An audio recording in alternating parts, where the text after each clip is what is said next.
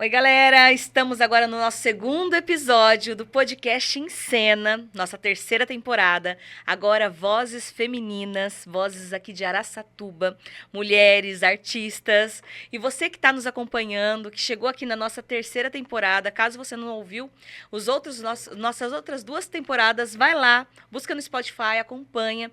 Tem muita coisa legal. E eu quero falar que esse podcast ele é possível por meio da Lei de Incentivo ao Aldir Blanc. A gente ainda vai falar no finalzinho sobre a importância das leis de incentivo e como elas tornam possíveis o trabalho cultural. Mas eu quero também fazer minha audiodescrição. Eu sei que nem todos estão nos acompanhando por vídeo. Eu sou uma mulher, eu sou preta, não retinta. Estou com meus cabelos são longos, cacheados. Eu tenho luzes, ele é castanho, meu olho é escuro, é castanho escuro. Eu tô com um brinco dourado, uma pulseira dourada, um colar dourado grosso. Estou usando um colete preto de botões.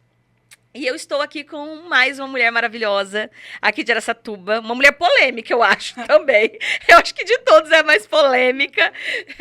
Mas uma artista que eu tenho um respeito muito grande pelo trabalho, que a gente se conhece faz muitos anos, né, Fer? Desde o Polidense, que é a Fernanda Colli. Oi, Fer. Precisava falar polidense. Polidense, gente! Até isso, Da né, Lu? dança. A Que gente história, fez muita que dança. história. Foi Muito sapateado, legal. Flamenco? Flamenco também. Do flamenco, do polidense, da arte, desde sempre, né, Lu? Fer, faz sua audiodescrição. Sim, olá. Meu nome é Fernanda. Eu sou uma mulher branca, com cabelo longo, bem longo. 1 metro de cabelo. Bem longo. Liso, escuro, olhos verdes. Estou com brincos dourados e uma blusa com manga longa rosa, com detalhes em crochê. E um colar escrito E um colar Fernanda. dourado escrito Fernanda. Gente, a Fernanda, eu vou precisar de ajuda para ler, mas assim, eu vou resumindo, porque o currículo dela é enorme. E eu sei que, assim, nada daqui é menos importante, porque faz parte de toda a trajetória da Fer enquanto artista, que é professora, é pesquisadora, arte educadora, graduada em pedagogia, letras, história, educação física, arte, possui especialização em folclore, que é um pouco do que a gente vai falar, e arte popular, arte educação, literatura, é membro da Academia Araçatubense de Letras, é coordenadora de projetos do Centro de Tradições Culturais de Araçatuba, idealizadora do projeto Folclorear. E ai, meu Deus, aqui, ela é escritora, publicou 6 livros, né, Fer? 6? Eu já pulei aqui um pedaço, gente. É colunista do Jornal Liberal, tem uma participação muito importante na cultura popular. Aqui, ó, faz parte da comissão infantopedagógica da IOV, que é a maior organização de cultura popular do mundo, chancelada pela Unesco, onde ministra palestras em todo o país sobre cultura caipira e tradição na comunidade escolar. Integra o grupo de pesquisas GIEPA, da Unicamp, e coordena o grupo de Catira de Araçatuba.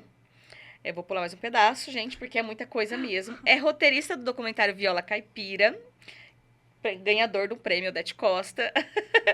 É vencedora do Prêmio Nacional de Poesia, Poesia em Cada Ser, conquistou o 3º lugar no Prêmio Educador Transformador, além de ter sido finalista no Prêmio Learde, da Fundação Roberto Marinho, do Prêmio Arte e Educação Cidadã, foi presidente do Conselho de Políticas Culturais, atuou como julgadora do Carnaval de São Paulo pela Liga das Escolas de Samba no quesito fantasia, e ganhadora do Prêmio Odete Costa esse ano, né?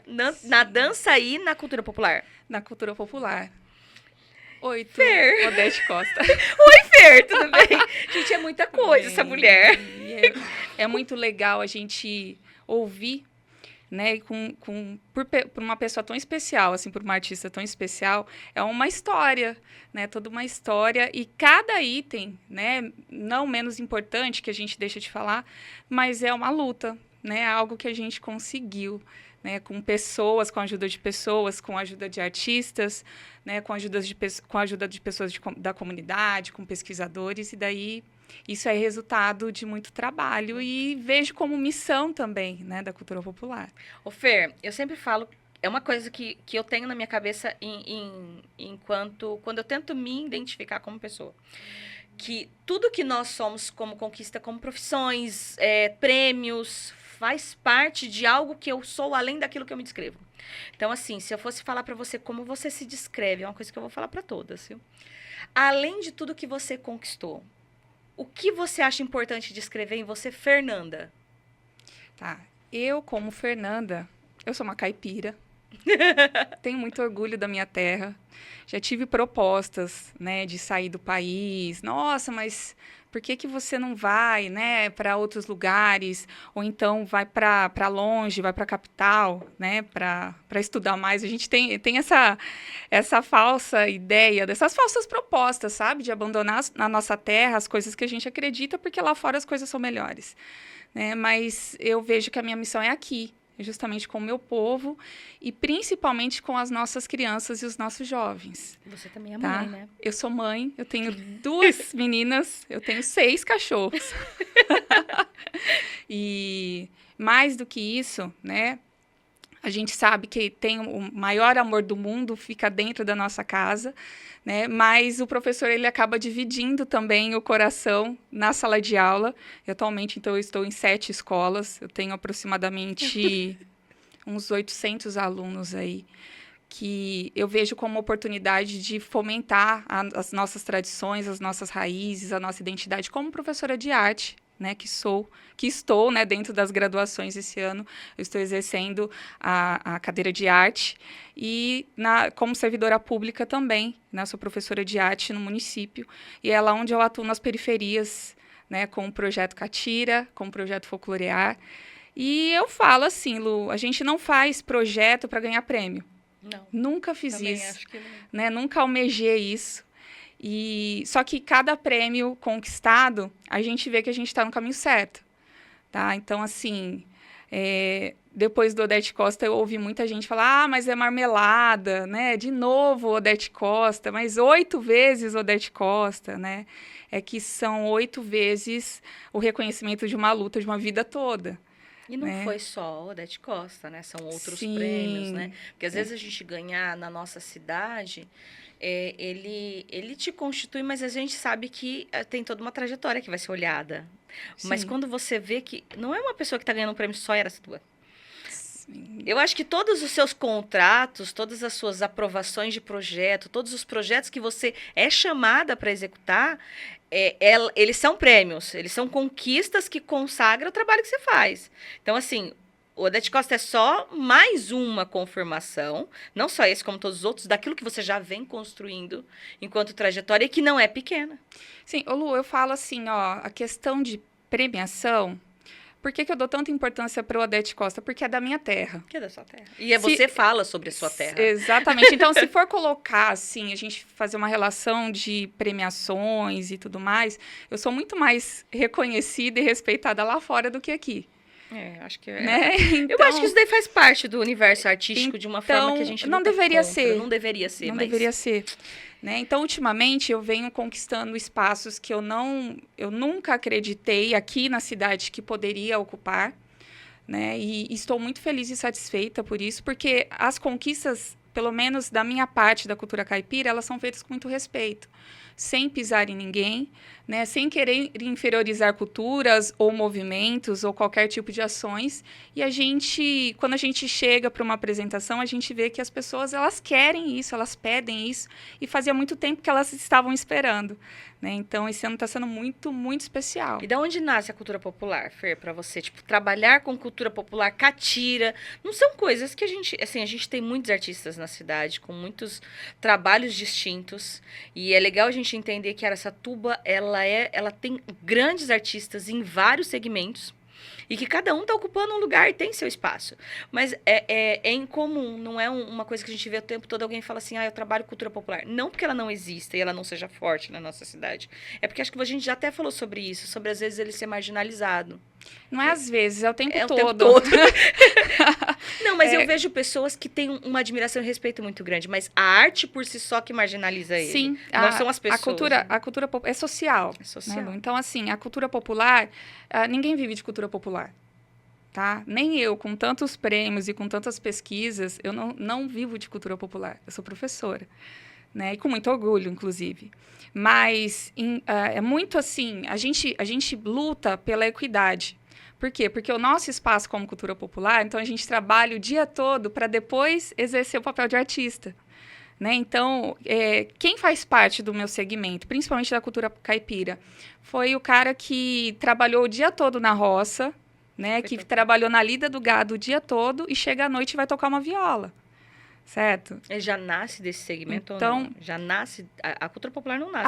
A cultura caipira, né? Desculpa. Ela nasce justamente com o pessoal aqui da roça. Tá? Então, quando a gente pega viola caipira, a gente pega a catira, a gente pega a queima do alho, né? Que é a parte da culinária.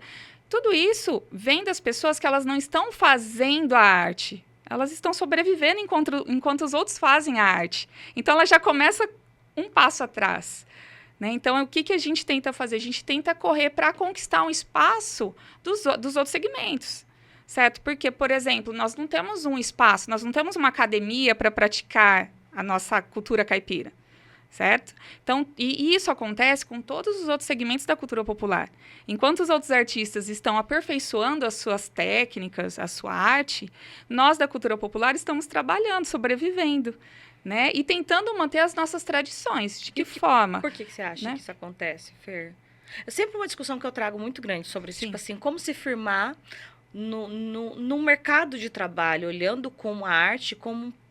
é horrível, às vezes, para muitas pessoas a gente falar como arte como produto, porque às vezes é só uma necessidade de expressão, ou uma necessidade, acho que faz parte do ser humano, precisar da arte, se expressar por meio dela, mas quando a gente vê como um profissional, você acha que pode ser também uma questão de posicionamento? Não, eu acho que é questão de políticas públicas e que tem melhorado há muito tempo. E por quê? Porque eu vou falar da cultura caipira, mas eu poderia falar das outras culturas populares que eu tive e tenho oportunidade de conversar com os outros mestres que compartilham, inclusive, do meu posicionamento. Então, o que acontece? Abre-se um edital para a cultura caipira e um grupo escreve o projeto para a cultura caipira sem convidar ninguém que faz parte da cultura popular da cidade. Falta comunicação no distribuidor. Não, falta reconhecimento mesmo das pessoas que estão aqui. Né? Então, assim, estou falando Araçatuba, mas isso acontece em outros lugares também. Né? Cultura popular, todo mundo pode fazer parte.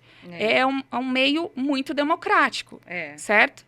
Mas ninguém está se importando com o violeiro que está trabalhando o dia todo. Ele vai fazer o quê? Ele vai contratar o violeiro que vem do conservatório fazer uma apresentação aqui. Certo? Então, acho que também falta um pouco de políticas públicas, mas de conscientização. Por exemplo, pareceristas, talvez... Estou fazendo um curso de parecerista, inclusive. O parecerista vários. Talvez não tenha no seu próprio aprendizado, na sua própria visão, entender melhor como que ele pode selecionar projetos com mais aptidão, ou pessoas que realmente Você concorda comigo que dificilmente temos pareceristas que vêm da cultura popular? Muito.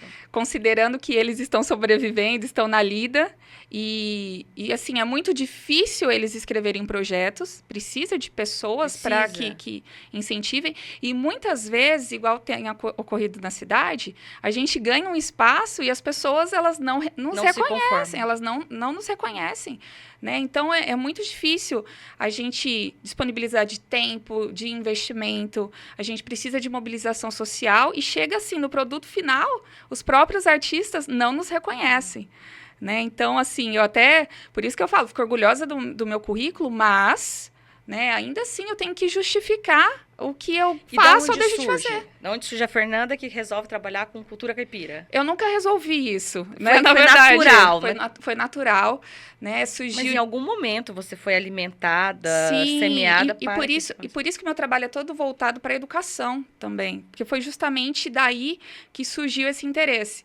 Eu não sou filha de catireiros. Né? A minha família é, sim, aqui da Água Limpa. Mas... não teve esse incentivo para a cultura caipira. Qual? Porque, na verdade, não tem incentivo, a gente simplesmente faz, né? Então, eu tive esse contato com a roça, né? Gostava, mas não fazia parte da prática da catira, que era, na época, algo que estava praticamente extinto. Então, a secretaria, e daí por isso que eu falo de políticas públicas também, porque a Secretaria da Educação juntou alguns pesquisadores, dentro desses pesquisadores a minha mãe, né, juntamente. Acho que eu viajei com a sua mãe num período desse. Ela fez justamente um apanhado de toda a cultura caipira, pegou os remanescentes, e nesse balaio estava um dos remanescentes da catira, né, e então começa o fomento da catira, e eu que não tinha nada a ver com isso. Foi num dia, assim, que a minha mãe só pediu para eu ir buscá-la na escola. Tava dançando polidense. Tipo isso, né? Eu tava dançando polidense, mas sempre gostei, sempre me identifiquei com a arte, né? Mas ainda assim, tinha esse entendimento que a cultura caipira não tinha nenhuma linha artística. Era só os nossos costumes e tava tudo bem. Tá? Porque é isso. Naquela época você olhava assim. Sim, hoje. Mas é o que a maioria das pessoas acham, né? Entendi. É que cultura caipira é você ir lá no sítio, né? Você comer um doce. É cultura também, mas cultura tem também. a parte da arte, né? Então, quando eu fui até lá, eu só tinha ido buscar a minha mãe, né? Eu desci ainda porque ela estava demorando, e foi aí que eu tive o primeiro contato, né, com a catira, com a prática da catira. E daí os professores estavam tendo uma oficina, fui convidada para participar dessa oficina, e depois desse dia nunca mais eu faltei. Eu ainda era estagiária, estava na minha segunda graduação, estava fazendo pedagogia, e me encantei. E, Lu, é uma coisa assim, quando a gente está iniciando uma prática de catira, assim, as pessoas, elas chegam a marejar os olhos, assim, quando começa a tocar viola, quando elas começam a compreender todo esse universo, toda essa ancestralidade, todo o significado, né? Porque nada na catira é uma coisa, a Fernanda tirou da cabeça dela, de jeito nenhum. É tudo com muito respeito. A gente pede licença aos mestres quando a gente vai reproduzir algum passo, né? E quando a gente cria também é baseado em coisas que já foram criadas, né, através de várias pesquisas. Então, é muito ancestral. E daí, quando a gente chega... Então, formou-se o grupo de Catira Novos Araçás. Em 2013, era um dos maiores grupos do Brasil, que viajava muito, né, que foi o produto justamente dessa oficina. Só que daí... grupos da cultura popular, mas eu acho que também todos os grupos, né, eles passam por momentos em que um vai embora da cidade, aí o outro já também não dança mais, enfim. Então, e daí foi um momento em que eu engravidei. Se constituir como trabalho, né? Aí fica mais Exatamente, ainda mais um grupo de catira, em que cada um tem uma profissão, né? Então, ficou muito difícil. Então, em 2015, o grupo, ele acabou. Mas eu já estava dentro da escola. Eu já era professora e já estava com catira na escola. E eu tentei por diversas vezes acabar com esse projeto, e por ser muito difícil, né? Pela resistência, não das crianças, né? Mas das próprias pessoas. Mas você vai dançar catira? Vai fazer outra coisa, vai lá na academia. Você gosta de dançar, vai dançar outra coisa, né? E por muito tempo eu falava, não, eu vou acabar com isso. E a hora que eu chegava na escola, eu falava, não vou acabar mais. Mas acho que são camadas da arte, viu? Porque eu vejo assim, o artista, ele vai ouvindo isso em várias camadas. Eu também acho, entendo que a cultura caipira, ela está numa camada que ainda sofre muito mais do que outras classes. Sim. É o que a gente fala.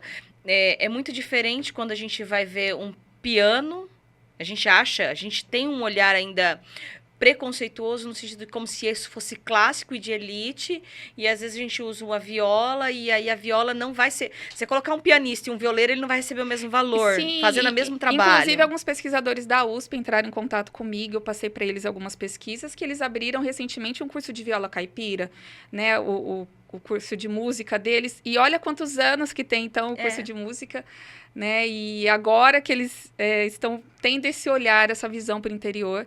Claro que a gente teve muitos pesquisadores, muitos artistas aí que lutaram pro nosso espaço. Eu não posso falar que eu desbravei sozinha, não. Eu sei. Tá? Mas tudo que acontece hoje foi em cima de muita luta e muita resistência.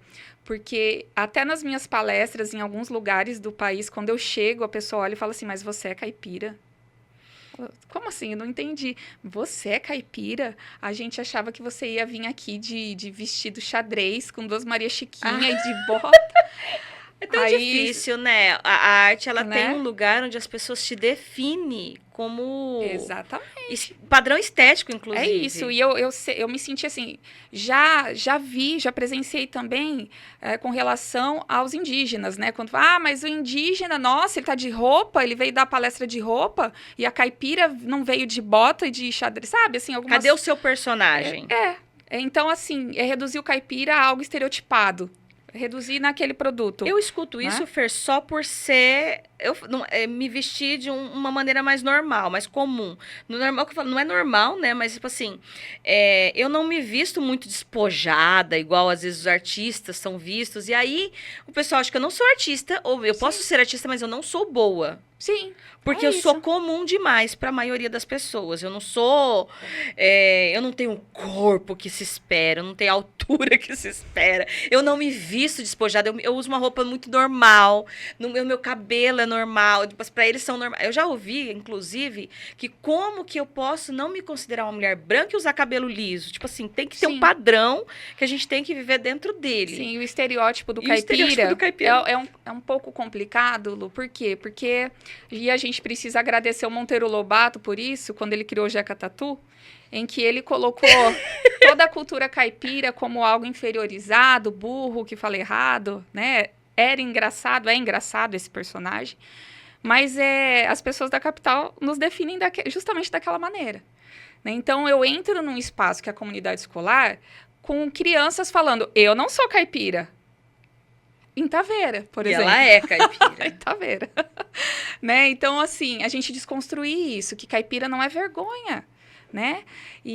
Então, daí eu conto a história do Monteiro Lobato, que na verdade não é nada disso, né? Foi justamente uma tentativa de esquecimento, de apagamento da nossa história, né? Falar que quem é da capital estuda e quem é do interior não estuda.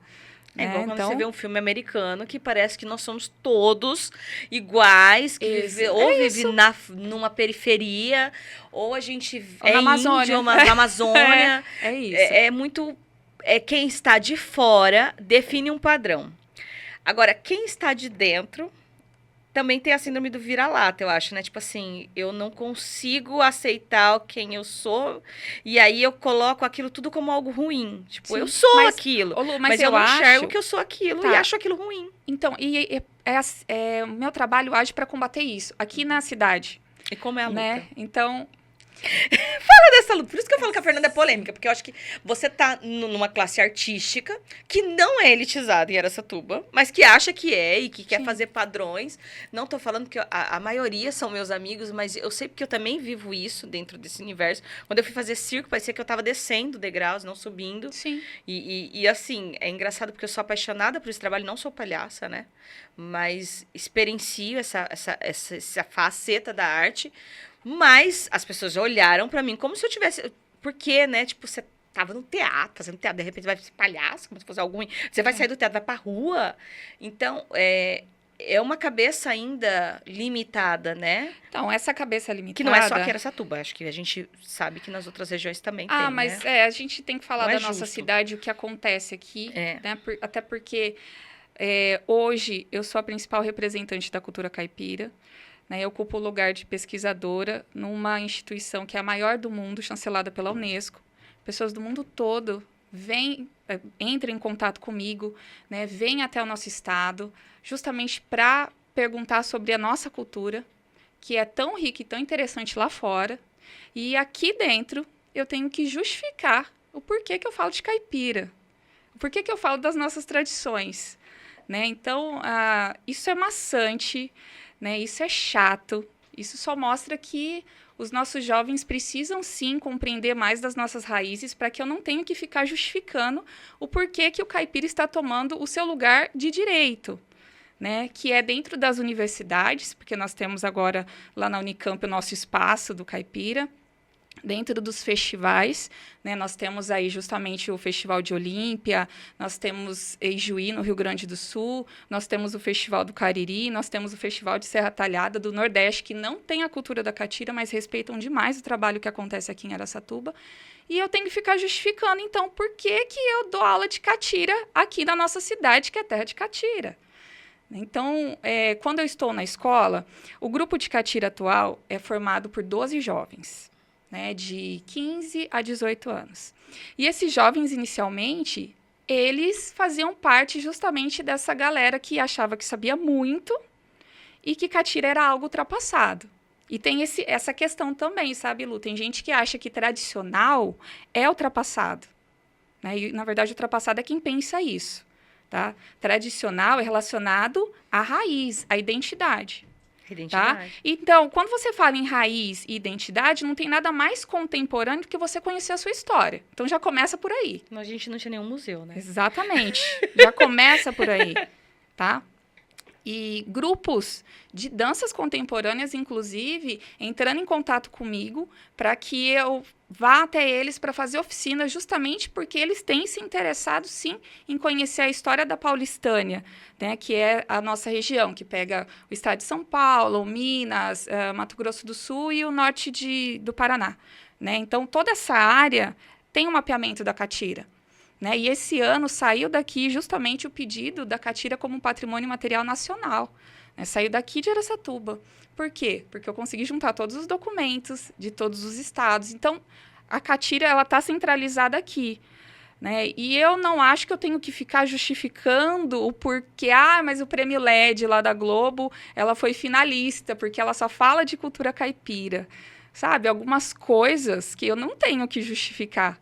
Né? Isso é fruto da nossa história. A nossa história é tão rica e merece ser reconhecida que as pessoas não entendem que esses prêmios, esses reconhecimentos, é justamente pela nossa história.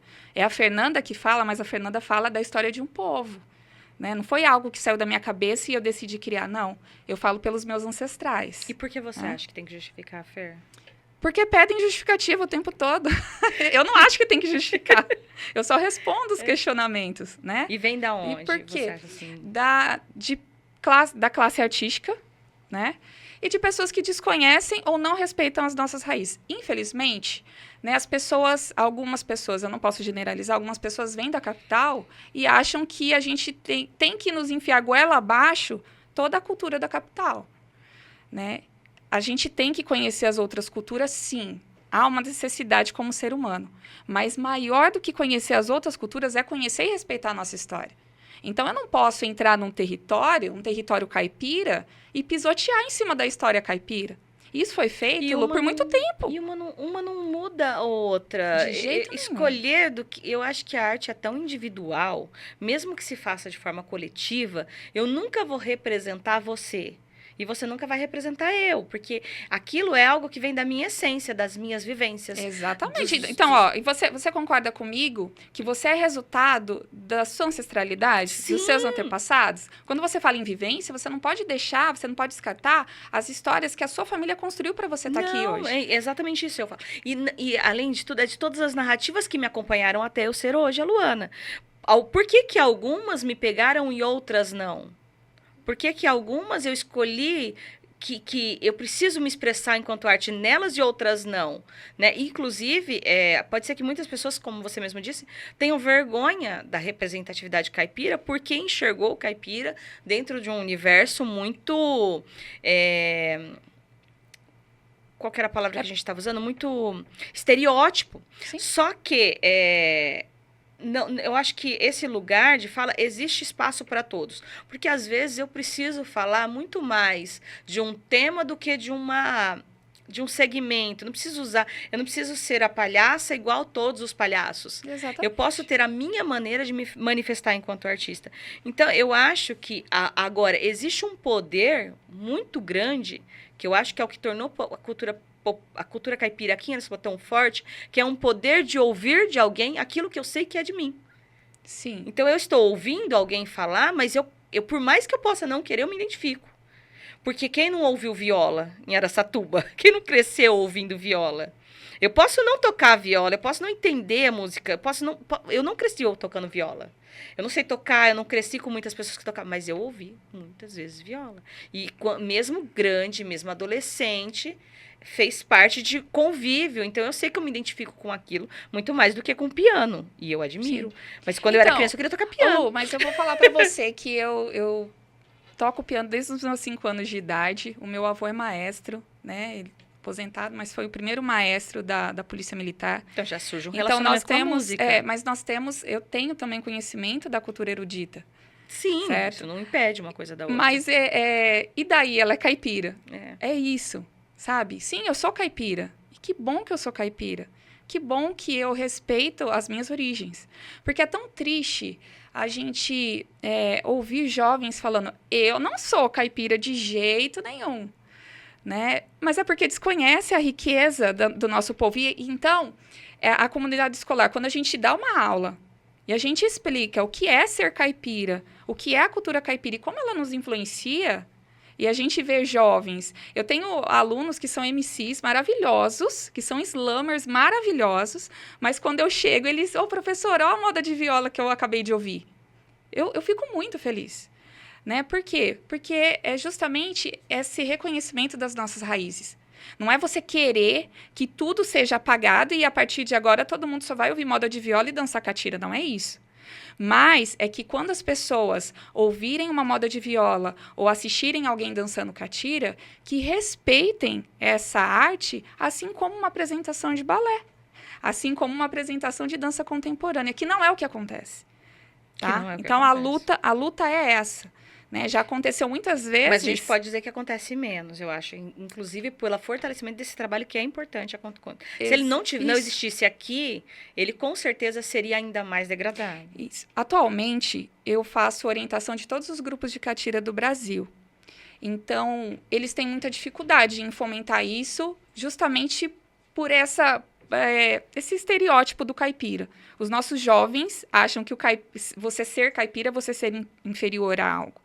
Então, eu rodo, à medida do possível, né, as cidades, para fazer esse fomento, porque os grupos, eles... a gente também entra nessa parte de professor, né? Porque os grupos, eles não têm essa paciência, enfim, eles acabam se fechando e muitos grupos acabam se extinguindo mesmo. E muitas tradições nós temos que não justamente por essa falta de comunicação, né? Entre um e entre outro. Eu ando fazendo esse trabalho também, né? No nosso estado de São Paulo, já fui chamada em Minas, talvez no final do ano eu vou para lá. E é muito importante a gente manter a nossa tradição. A gente estava no Nordeste, com o espetáculo circulando lá, e eu estava conversando com uma das produtoras nossas, que ela era do Maranhão. E aí ela estava falando sobre não era era de alguma coisa muito regional deles. Boi? Não, é também o do boi, mas o do boi ainda permanece, é uma outra, não vou lembrar agora, alguma tradição muito regional. E ela falou assim, ninguém mais quer fazer. E aí, às vezes, quando tem um período que é importante, o pessoal da cidade, as políticas querem, porque isso é turismo. Sim. Vão lá, tenta levantar alguém para fazer, mas não conseguem mais ter continuidade. Por quê? Porque vai ser um período para o turista de 2 semanas, um exemplo. As festas de São João, acho que era alguma coisa assim. E aí ela falou assim, o que acontece? Durante os outros 11 meses, o artista precisa viver. Sim. E ele não consegue viver desse segmento. Então, ele faz outras coisas durante 11 meses. Ele não vai parar um mês da vida dele para mudar tudo. Então, ele foi se adaptando àquilo que ele poderia sobreviver enquanto artista. E lá está acontecendo muito isso com muitas coisas. O boi também acontece isso, porque o boi é segmentado por um mês, não é? Sim, sim. É uma tradição que eles não conseguem viver disso durante o ano inteiro. Você entende, então, como que a cultura popular, ela é nichada. Inclusive nos editais, ela já começa com um passo atrás dos outros segmentos. Não é para você fazer arte, é para você fazer arte naquele período. E os artistas, então, que criticam quando o Estado de São Paulo abre um edital exclusivo para as pessoas do interior, isso é justamente oportunizar para que esses fazedores de cultura também tenham condições de participar dos editais e que tenham a chance de receber o fomento para que eles continuem fazendo as tradições? Mas eu não sei se eu vejo isso muito, tipo assim, quando abre um edital só para mulher, reclama porque é só para mulher. Quando abre um edital só para negro, reclama só porque é negro. Quando abre um edital periférico, reclama só porque é periférico. Aí eu estava até pesquisando uma vez sobre por que isso acontece tanto, mas se a gente olhar por que editais são abertos segmentados, é porque no outro ano não teve aprovações suficiente. Então, assim, não que não teve proposta suficiente. Dentro, assim, se eu abrir um edital geral de arte, vai ter, tipo, 20 aprovações para homens e 2 para mulheres. O que o ano que vem eles vão fazer? Eles vão colocar uma cota para garantir que tenha uma quantidade mais aproximada de mulheres. Então, às vezes, quem reclama muito é porque não entende política pública. Não entende. Não entende mas nada. Reclama, porque reclama. assim, eu preciso. Tem muita gente que esquece que a arte se defende com a arte, na minha opinião. A arte se defende com a arte. Se eu quiser defender a minha arte, é fazendo arte. Eu posso entender que eu preciso entender de política pública, mas se a minha arte não for boa o suficiente para que eu negocie ela, eu represente ela, eu fale sobre ela, eu defenda ela, porque ela não faz parte da minha raiz ou da minha essência, eu não vou conseguir. Eu vou aprovar um edital e depois vou precisar contratar outra pessoa para aprovar. Sim. Alguém que consiga defender a arte que eu não sei defender. Porque não é essência minha. Eu faço só para continuar no meio artístico. Eu acredito que muito artista não é artista. Ele quer permanecer no meio artístico. Porque ali é um espaço livre, de uma certa maneira. Principalmente se eu não quiser viver disso. É um espaço livre. Muitas pessoas nem praticam arte no meio artístico. Muito louco isso. E não tem que justificar como eu. Não precisam justificar nada. É isso. Ninguém tem que justificar o que ele é. Porque só tá lá. Mas eu tenho que justificar. Entende? Mas justificar, você não precisa justificar nem com fala. Eu acho que o tanto que ele é um trabalho que é buscado, é absorvido e que te proporciona. Também ter que justificar foi bom, Fer. Sim. Se você não tivesse justificar, você não tinha estudado tanto. Exatamente. Você estudou porque você precisava justificar. Eu vou te falar todas essas graduações justamente pela justificativa. Tá? E todos os meus TCCs de todas as graduações pra dizer, olha, foi de catira, foi sobre catira, foi a parte histórica, foi a parte do movimento, foi a parte artística, né? Então foi a parte pedagógica, foi a parte de inclusão. Então tudo isso e que me levou às grandes universidades. Né? E que me levou também à liga das escolas de samba. Né? Então, que te levou a algum lugar. Exatamente. É com muita luta. Mas é por isso que eu falo que a arte justifica a arte. Porque a gente precisa ter embasamento para não ser só um doido jogando tinta na parede. Entendeu? Porque existe um embasamento na arte. Eu estudei para ser artista. Como um advogado estuda para ser advogado. Como um juiz estuda para ser juiz. Eu não acho... Eu entendo o lugar da essência, mas eu entendo que, como para mim é meu trabalho, a arte, eu vivo de arte, eu entendo a arte como um lugar desse, de pesquisa, de aprendizado, de experiência, de busca. Não é um espaço de ser doido. Eu posso ser doida aqui. Eu acho que eu sou doida. Não, mas é um espaço... Você não é doida, porque você não fala a partir das suas escolhas. Sim. Você buscou estrutura, embasamento para que fosse... Você não está só falando de algo que você acha. Ou você não está falando só de uma necessidade pessoal. Não é uma massagem de ego. Não, porque a arte não pode ser massagem de ego. Mas eu vou te falar, ainda mais da cultura popular, que a gente não sobrevive disso. Exatamente. Entendeu? Você falar assim, e como falaram mas também mim, não é só paixão, sim, Fer. Não, mas paixão é hobby por muitos anos, não tinha nada para catira. Nem espaço para apresentar. E daí, a gente se juntou, eu sou coordenadora de projeto do Centro de Tradições, e aí? O que a gente vai fazer? Bom, se na nossa cidade as portas não estão abertas, a gente vai para fora. Por isso que eu fiquei 6 anos sem apresentar. Exatamente. Mas por muitas vezes, e talvez você saiba do que eu estou falando, de tirar dinheiro do bolso para levar criança para dançar em outros lugares. É que também por muitas vezes nós tivemos políticos que não entendiam nada de arte sentado na cadeira de arte. Exatamente. Aí fica mais complicado. E eu tendo que justificar por que eu sou caipira e por que eu estava lá. Então, mas aí eu acho que deveria ser o oposto. Ele deveria justificar por que ele está numa cadeira de arte sem ser artista. Como que a pessoa vai entender? Se ele não tem nenhuma vivência artística, ele não tem nada. Então, assim, eu acho que vem desse lugar muitas falas. É lógico que não é só estudar. Eu posso ser um teólogo. Eu posso falar sobre... Já faltou a palavra aqui. Mas eu posso falar sobre arte sem ser artista. Eu posso falar sobre arte sem ser artista. Eu posso defender a arte sem ser artista. Eu posso ser professor de arte sem ser artista. Mas ter uma essência, entender o universo artístico, eu acho que eu preciso praticar. Eu sempre falava, quando eu dava aula de teatro, que ator não pode ser escrivaninha. Ele precisa levantar e fazer para ser ator. E daí, a gente fala da cultura popular. Para você fazer parte da cultura popular, você precisa viver Da cultura a popular. cultura popular. E aceitar. Não adianta você ser um grande bailarino e você falar que você vai dançar catira. Não Porque vai ele não dançar vai catira. dançar. É o que eu falo. Certo? Então, eu já tive, assim, vários relatos, e isso é muito interessante, Lu, muito interessante mesmo. De grandes coreógrafos que me chamam. Gente, eu fico olhando assim e falo, o quê? Você me chamando? Eu não consigo fazer eles dançarem catira, e são os melhores bailarinos. Você fala, mas tem algum aí que é caipira? Não, eles são lá do sul, outro é do nordeste. Ah, então, desculpa, minha querida, eles não vão dançar. A gente pode fazer um bem bolado, mas eles não vão dançar catira. Se você quiser, eu pego um grupo de catira e coloco para apresentar a hora que você precisar. E é isso. Mas isso gostar de tomar café não me faz barista. É isso. Ó, e outra coisa, e talvez isso incomode, né? Não adianta você querer dançar catira, você precisa ter essa ancestralidade. Tá? E também você precisa começar a estudar. Eu acho que além da ancestralidade, também precisa praticar. Ir lá e começar. Porque eu não sei vou se te falar. Eu tenho alunos que dançam muito melhor que eu, tranquilamente, tá? Mas daí você puxa a linhagem, é o tio que dançava catira, que era do avô, que veio do avô e veio do avô. Por isso que eu ainda bato na tecla de ancestralidade. Ah, então eu vim da capital, não posso dançar catira? Claro que pode. E daí tem até um mestre do carnaval que colocou uma letra da música que fala assim, se seu corpo não consegue parar com esse ritmo, é porque você faz parte desse ritmo, é porque faz parte dos seus ancestrais. E é isso.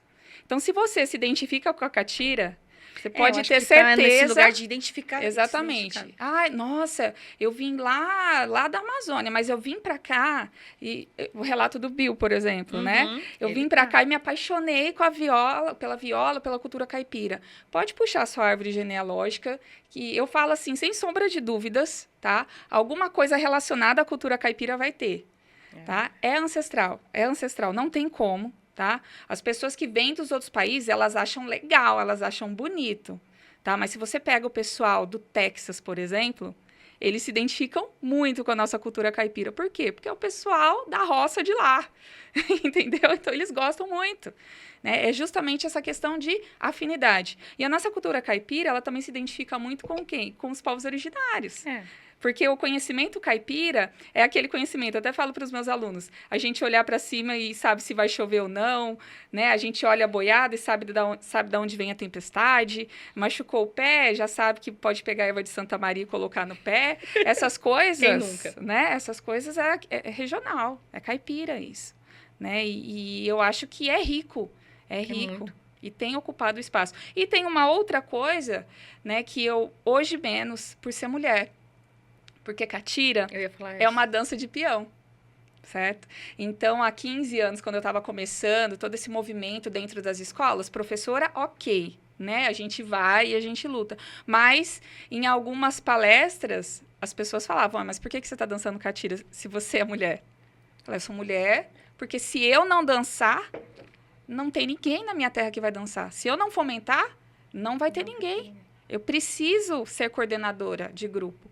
Né? Então, eu fui a primeira coordenadora também de grupo de catira, e eu fui até, então, o ministério, e foi toda aquela conversa. E ser mulher foi algo que você teve que ouvir em vários momentos. Exato. Mas aí, quando você começou a falar, eu te cortei, e depois eu falei, eu tenho que levar. Você começou a falar, aí eu engravidei.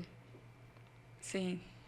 E daí foi quando o mestre falou pra mim, assim, agora você vai parar, né? Agora já deu, você não vai dançar mais. Foi quando eles me viram no palco, eu com 8 meses... dançando catira. Ninguém nem prestou atenção pra catira, prestaram atenção na barriga. O figurino nem entrava. Né? E todo mundo olhando, falando, meu Deus, ela tá dançando ainda. E a minha filha nasceu 4 meses depois, eu estava dançando catira. Porém, a gente sabe que a maternidade, ela é muito difícil pra mulher, né? Pro pai, não vai ser difícil.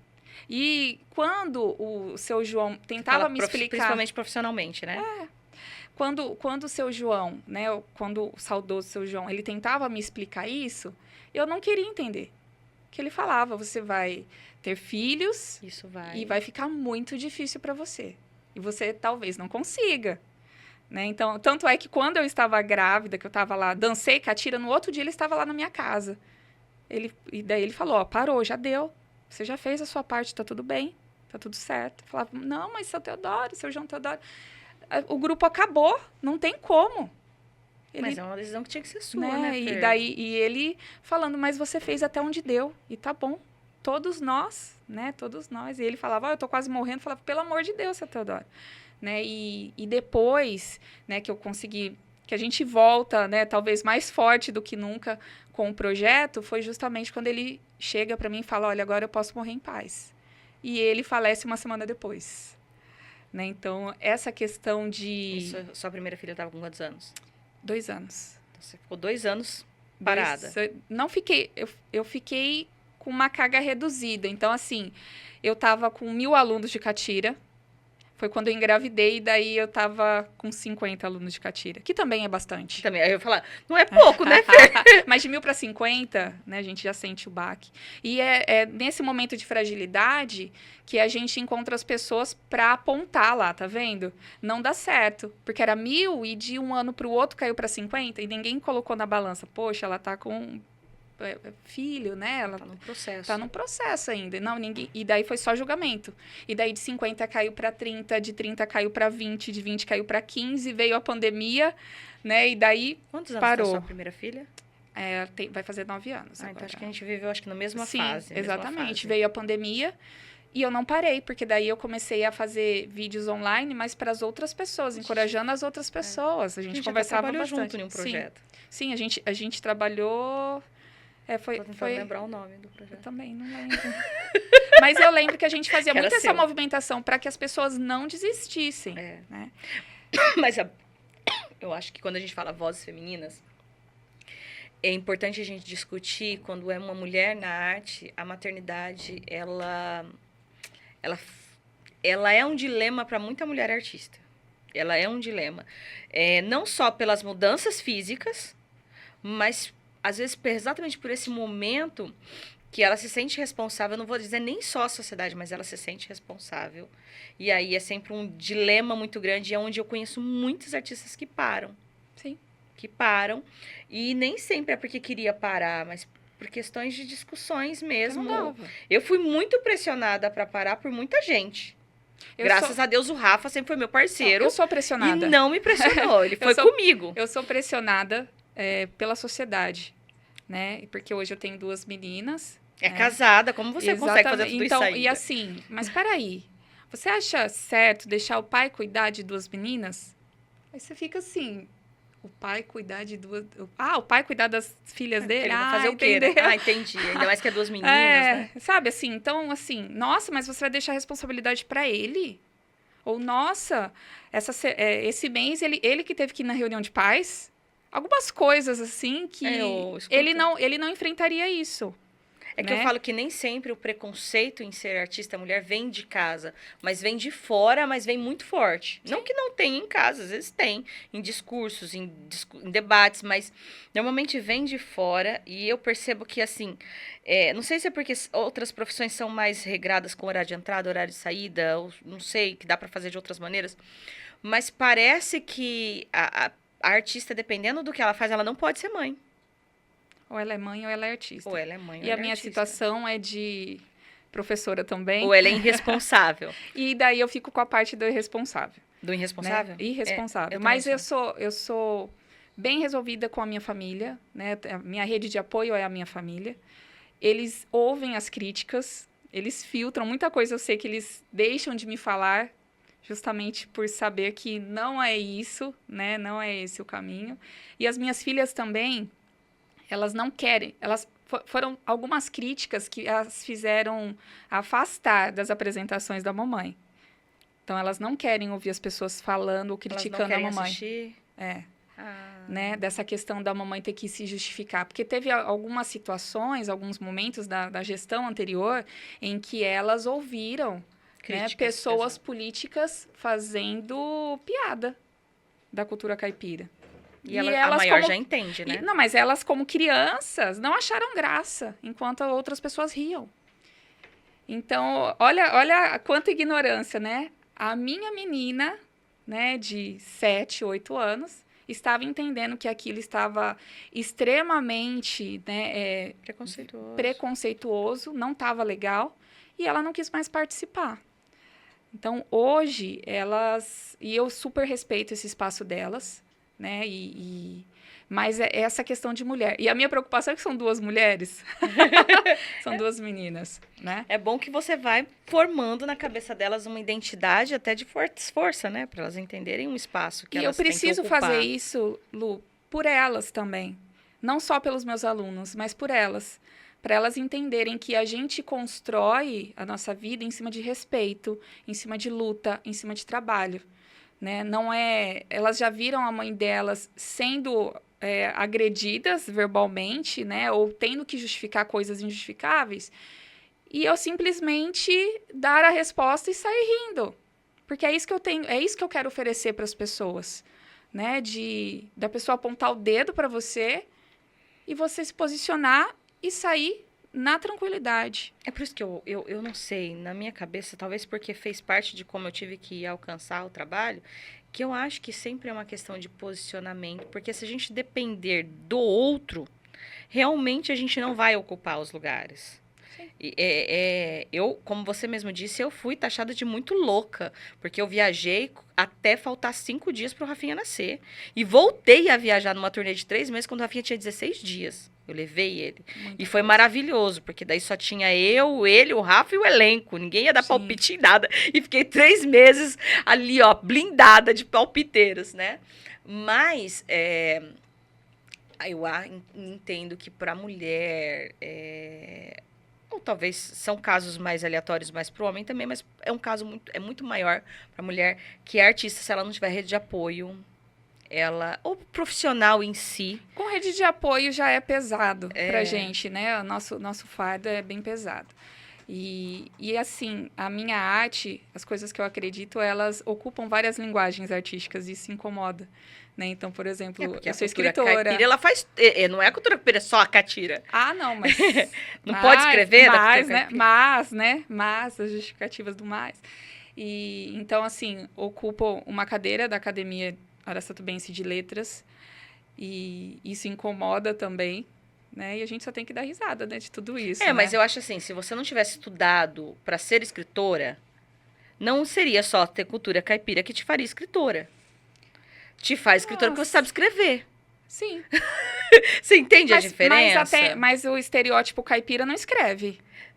Se ele não souber, não. Mas, tipo assim... não, o caipira não... O escritor... O desenho do caipira... Ele não escreve, ele não fala, ele não se posiciona. Entendi, o estereótipo caipira. E quando ele é atacado, então, o que ele faz? Ele abaixa a cabeça e fala assim, senhor. Sim, senhor. E a hora, então, que se depara com uma artista, que é professora, pesquisadora, e provou tantas vezes existe algo diversas que te tornou formas, escritora, não só. Né?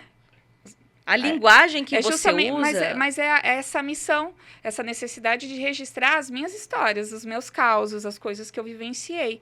Ainda assim, tá voltado, tá atrelado à cultura caipira. Se você não soubesse dançar, você não fazia catira. Dançar catira, você não seria só uma contadora de história catira. Você saberia falar sobre catira, mas foi dançando que você aprendeu e pôde ensinar. E daí fui para outros segmentos também para estudar sobre cultura popular, para entender essa valorização necessária das raízes, né? Por que a gente precisa falar tanto aqui no interior de Caipira? E eu vou falar mesmo, e se precisar eu justifico de novo, né? Eu tenho a minha coluna lá no Liberal, adoro que eles... se eles estão escrevendo para me atacar, é porque eles estão lendo a minha coluna, e isso é maravilhoso, eu adoro.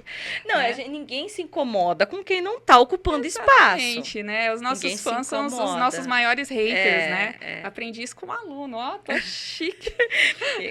Não, a gente tá para acabar, mas primeiro, Fer, eu acho que antes da cultura que você defende, é impossível não te falar que você é artista. Porque eu acho assim, você defende a cultura não só por meio da fala, mas pela prática da arte em si. É igual você falou, a gente identifica a cultura caipira como se a gente aceitasse o caipira do sítio, o caipira na roça, que tem as suas comidas típicas, as suas roupas típicas, mesmo que estereotipadas, mas a arte, ela é um braço, uma vertente, ela é algo diferente só das nossas tradições, mas ela é uma prática artística daquilo. Então, quando você vê a dança, quando você vê a contação de história, quando você vê a expressividade no teatro, quando você vê isso no cinema, quando você vê isso num documentário, você deixa de ser uma contadora ou uma defensora apenas das tradições e você é uma artista que usa, você escolheu a linguagem, que é a cultura popular, para que você seja artista por meio dela. Né? Então, assim, eu, Lu, né, sempre cresci. Desde que a gente se conviveu, eu te vi como artista. Antes mesmo de você falar sobre cultura popular, você já estava fazendo outras coisas que te tornava artista. Então, eu acho que independente dos discursos ou de você ter que defender a arte, e por isso que eu falo, a arte defende com a arte. Quando você escreve seu livro, você está provando que você é artista. Quando você está ocupando um espaço de contadora de história, você está provando que você é um artista naquele segmento. E um artista, a gente tem que parar de achar que só porque eu sou artista tem que ser um único tipo. Um advogado, ele pode ser vários segmentos, mas o artista não, porque ele já se deu ao luxo de ser artista. Como que ele quer pintar um quadro e fazer teatro? Que louco que ele é. Então, assim, já estamos acabando o nosso tempo, mas queria que você aproveitasse para falar para todo mundo que está ouvindo. Como que foi para você ser uma artista mulher e qual a mensagem que você deixa para as outras artistas que estão ouvindo e que talvez queiram entender mais sobre cultura popular? A cultura caipira. Que faz parte do universo que é popular. Né? Bom, primeiro eu queria agradecer, Lu. Você sabe que sempre te olhei também com muito carinho. E também como uma grande artista. Grande artista até quando a cultura caipira não era nada de arte. Né? Antes até de fazer catira, eu já conhecia todo esse movimento da Vem Vento. E eu cresci muito como mãe. Né? A gente muda o olhar, a gente fortalece o movimento feminino. Né? Eu com 2 meninas, então, e me vejo com uma missão maior ainda, com mais responsabilidade de fomentar essa importância de lideranças femininas. Né? Por mais que sejamos julgadas e vão apontar o dedo da nossa cara mesmo, sendo da cultura caipira ou não, porque só por ser mulher já vai incomodar. Tá bom, você não tá né? na fogueira. Já, você tá no lucro. Exatamente. Na prática, mas se tivesse fogueira, eu estaria tendo que escapar de várias, né? Mas fiz direito para isso, para escapar da fogueira, né? Mas que a gente continue, a gente é necessário. Ocupando os passos. Né? A gente é necessário nesse mundo, né? Não inferiorizando homens, não. Né? Mas sem as mulheres, né? Diversos movimentos, diversos olhares não existiriam. Então, somos necessárias, somos importantes, né? Como líderes. Fer, obrigada por vir falar um pouco da sua trajetória e ocupar um espaço tão importante e que bom que alguém ocupou, independente de sexo, escolhas e que a maternidade não te impediu. Para todo mundo que está ouvindo, a gente falou com a Fernanda Colli, artista da nossa cidade, defensora da cultura caipira, mas antes de tudo artista. Esse foi mais um podcast em cena. Esse projeto foi feito por meio do fomento da Aldir Blanc. Como eu costumo dizer, vou dizer rapidinho, é importante demais as políticas públicas, elas tornam a arte possível e ela é necessária para muitas pessoas, né? Então, que bom que nós temos visto crescer essa responsabilidade na nossa cidade e que mais artistas possam ocupar esse espaço também de gestão pública e aprender a defender a sua arte por meio das políticas que nós temos, por meio das nossas ferramentas. Eu agradeço à Secretaria Municipal de Cultura, ao Governo do Estado, por esse edital. Obrigada a todos que acompanharam. Segue a gente nas redes sociais. A gente vai postar um pouquinho sobre uns trechos lá, que Cia Vem Vento, @CiaVemVento, ou a Luana Carvalho.